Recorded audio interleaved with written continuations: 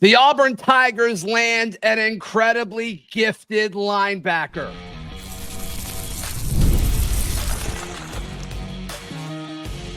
You are Locked On Auburn, your daily podcast on the Auburn Tigers. Part of the Locked On Podcast Network, your team every day. Yes, welcome on into this special edition of Locked On Auburn. I'm your host, Zach Blackerby, and thank you so much for making Locked On Auburn your first listen every single day. Brian Smith, Locked On Recruiting insider and expert, host of The Portal, hanging out with us as we react to the Auburn Tigers landing the four-star linebacker from the state of Florida, Adam Balogoun-Ali. We've talked about him for a few weeks now. Brian, this is a guy that you're very, very high on. You think he matches what Auburn is from a personality standpoint. He officially commits to the Auburn Tigers. Yeah, I met Adam a couple years ago down in South Florida at a practice, and immediately I was like, this kid's a freshman in high school right now, getting ready to go his sophomore year. He acted like he was 25 years old. He was very mature, elite student, so obviously coaches are attracted to that, but I was more attracted to something else. When you lead your football team in tackles as a freshman in high school, it's very rare, especially South Florida kids. Like, he's playing against really good comp, and he was making plays as a freshman, which is kind of rare.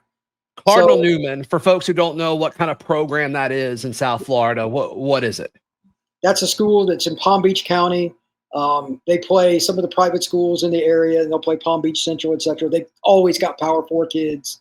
They're going to be a team that competes for the best team in that area yearly, and they've got players on both sides of the ball. So even in practice, he's going to see stuff. Yeah. Additionally, with him, when I saw him, he was roughly 200 pounds. He's bigger now. I mean, this is a couple years ago. He's going to fit that role, but because of his intelligence and how he approaches football, he's the guy that can organize where everybody else is. In today's world of football, with all the different RPO and stuff, it's not easy to find linebackers that can be three-down guys. Adam fits that to a T. So 3rd and 8, he can be on the field. 1st and goal with the 3, he can be on the field. So he's an advantage in that perspective as well. So I think he's kind of a steal. He's not the 6'4", 235 guy that you would think of traditionally like SEC 30 years ago. He fits modern football, smart, fast, and a hitter. Straight up.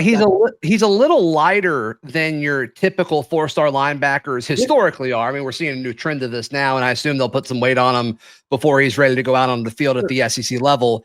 247 has him at 6'2", 205. I assume he'll play at 215, 220. I'm guessing, but everything that I've seen from him, like, he covers ground laterally so well, which is one of my most valuable traits that I look at when I look at defenders that aren't on the line of scrimmage, but especially linebackers. Well, what did really happen last year with Auburn in 3rd and 8? Their linebackers got picked on in coverage. This won't be a guy that do that.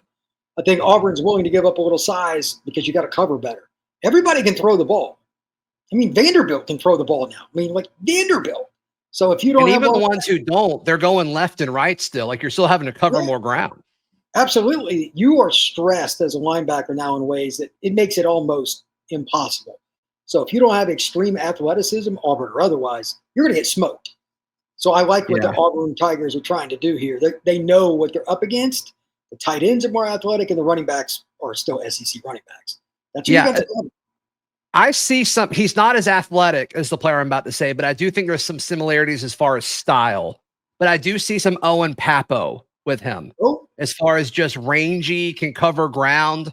Owen was much more athletic. Owen was a 5-star like that. I'm not saying that they're the same player, but I do see some similarities when I look at some of his junior tape. There's no doubt. And they were similar. Like, Papo was not a huge guy, but holy cow, could he run. He was shot out of a cannon. So this is a kid that's a little bit different, I think, above the shoulders. He figured stuff out better than what Papo did at that stage and probably even later. Yeah. This guy's going to be the one that directs your defense. Papo, you wanted to point in a direction and go kill it because he was just unbelievable athlete. This guy's more versatile, but the size is definitely a similarity. Yeah, Adams' recruitment's been interesting because he's kind of flown under the radar. Then Auburn loses linebackers in their class, and then all of a sudden, the external importance of linebacker is then kind of pivoted from the Auburn fan base and people who cover Auburn. It's like, oh, we're looking at Adam. It seems like Auburn internally and this coaching staff was high on Adam throughout, which is encouraging and exciting to see. But we've talked so much about, these last month and a half of back-to-back official visits for all these schools and all these elite prospects, and how the argument is to get later in the process. Adam, to my understanding, went to Auburn first, then went to North Carolina, Oklahoma, Kentucky, and Missouri.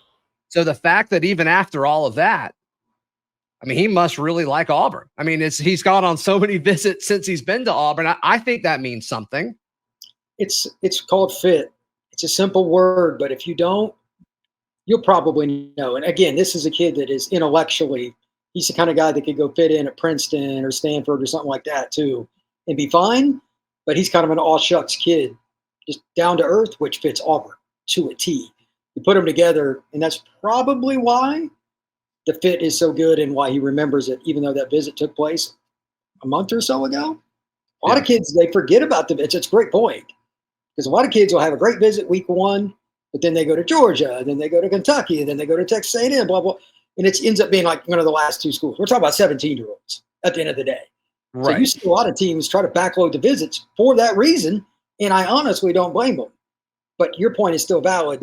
Because he committed to Auburn and it was the first visit, it was like, okay, this kid really wants to be a Tiger. Yeah, clearly. And that was kind of the rumblings and all that over the last few weeks. And so it's cool that now all of this is official.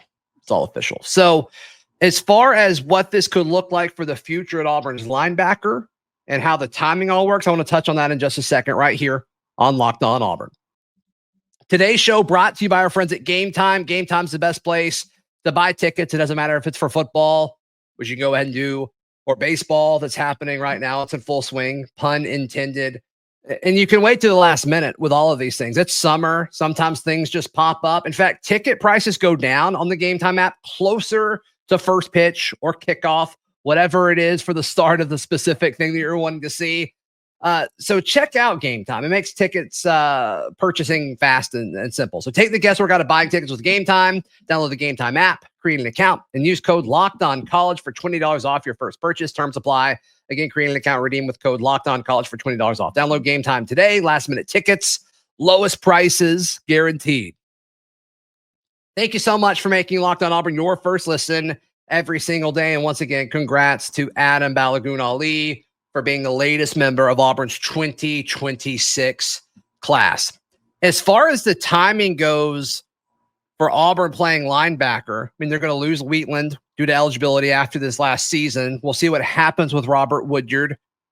But this is going to still be a loaded room, assuming Auburn takes care of everybody. I mean, the only guy they're like for sure losing, to my understanding, from eligibility point of view, is Wheatland, the transfer. And so when you look at Robert Woodyard and DeMarcus Riddick, Xavier Atkins, DJ Barber, JJ Falk, Elijah Melendez, Bryce Diaz, I mean, we talked about this a little bit when Shadarius Tootle flipped to Georgia, but it's like Auburn's going to have a lot of linebackers on their roster going into the offseason.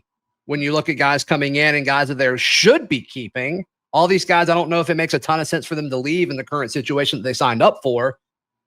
So Adam's path to playing time, I think it's going to be a little interesting, Brian. Well, now the question becomes, does he play more than one spot? Because intellectually, he can handle more than most kids. Okay. He can play Will, he can play Mike. And because he's, like you mentioned earlier, he can move laterally. Maybe in certain situations, you even play him over the slot and blitz him, move him around. I doubt it, but you could. Yeah. I don't know what they want to do with him position-wise, though. That's the thing. Like, which spot you're at specifically will dictate whether you get on the field. Because if one of those guys is their main linebacker, he's not going to want the field. What of a top one. But I don't think athletically he's going to have a hard time playing any of those spots. He'll find his way on the field. And I guarantee you, from day one, he'll be a special teams guy. He's a nut job that wants to hit everything he sees. Coaches love that stuff. He's a film room junkie. Those kids are going to make it easy to get on the field. Yeah, I think that's a great point. I mean, special teams is obviously a big part of how you guys get on the field early. So that's awesome. That's awesome. Yeah, and as far as like, is he going to be a Mike, your main guy in the middle? I don't know.